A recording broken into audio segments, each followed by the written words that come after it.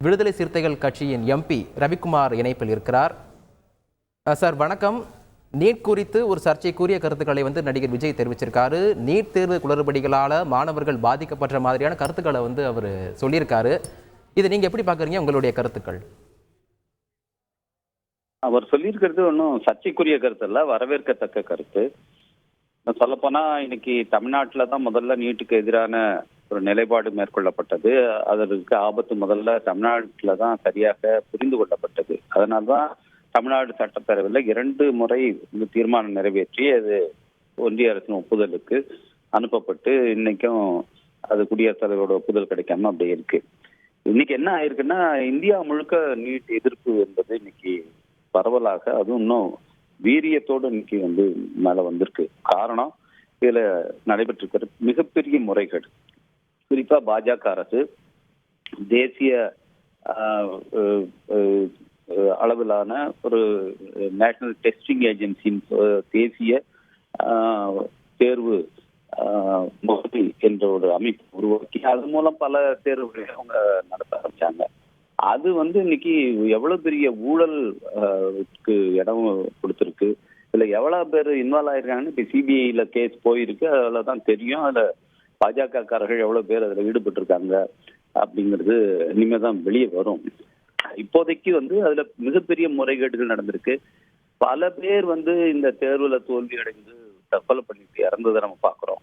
அந்த தற்கொலைகளுக்கெல்லாம் காரணம் இந்த முறைகேடுகளும் ஊழல்களும் தான்.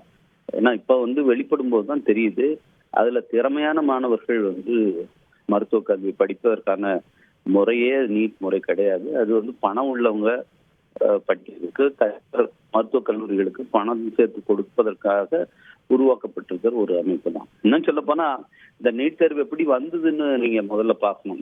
உச்ச நீதிமன்றத்துல இது ஒரு கேஸ் வருது. முதல்ல 3 நீதிபதிகள் கொண்ட தலைமை நீதிபதி அல்தமாஸ் கபீர் இருந்த அமர்வுல அந்த தேர்வு ரத்து செய்யப்படுது, மாநில அளவுல வச்சுக்கணும்னு சொல்லி.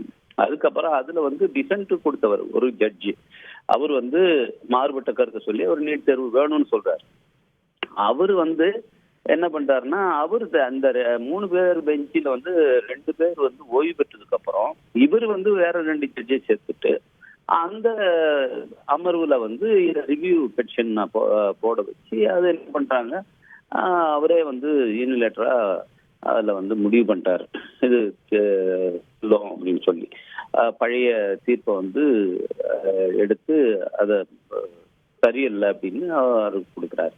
ஸோ இது ஒரே ஒரு நீதிபதியுடைய உள்ளார்ந்த விருப்பத்தின் அடிப்படையில வந்த ஒரு தேர்வு தான் இந்த நீட் தேர்வு. அதுக்கு அன்னைக்கு பாஜக அரசு உடந்தையா இருந்ததுங்கிறது நமக்கு எல்லாம் தெரியும். இந்த நிலையில இதை எதிர்த்த ஒரு நிலைப்பாடு இன்னைக்கு இந்தியா முழுமைக்கும் வந்திருக்கு. இன்னைக்கு காங்கிரஸ் கட்சி கூட நாடாளுமன்றத்தில் அதை பற்றி விவாதம் வேணும்னு சொல்லிட்டு நோட்டீஸ் கொடுத்துருக்காங்க. நாங்கள் எல்லாருமே அதை எழுப்பி இருக்கிறோம்.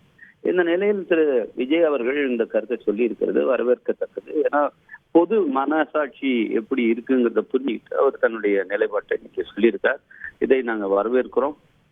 இது விஜய் மட்டுமல்ல, நீட் வேண்டாம் என்று சொல்கிறவர்கள் கல்வியை மாநில பட்டியலுக்கு திருப்பி கொண்டு வரணும்னு சொல்றவங்க, இதெல்லாம் நாங்கள் விடுதலை சிறுத்தைகள் கட்சியின் சார்பாக நீண்ட காலமாக நாங்கள் இதை வலியுறுத்தி வர்றோம்.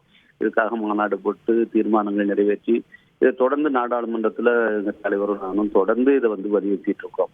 அப்படியான ஒரு கருத்து இன்னைக்கு பலராலும் வரவேற்கப்படுகிறது என்று சொல்லும் போது அதை நாங்கள் பாராட்டுகிறோம்.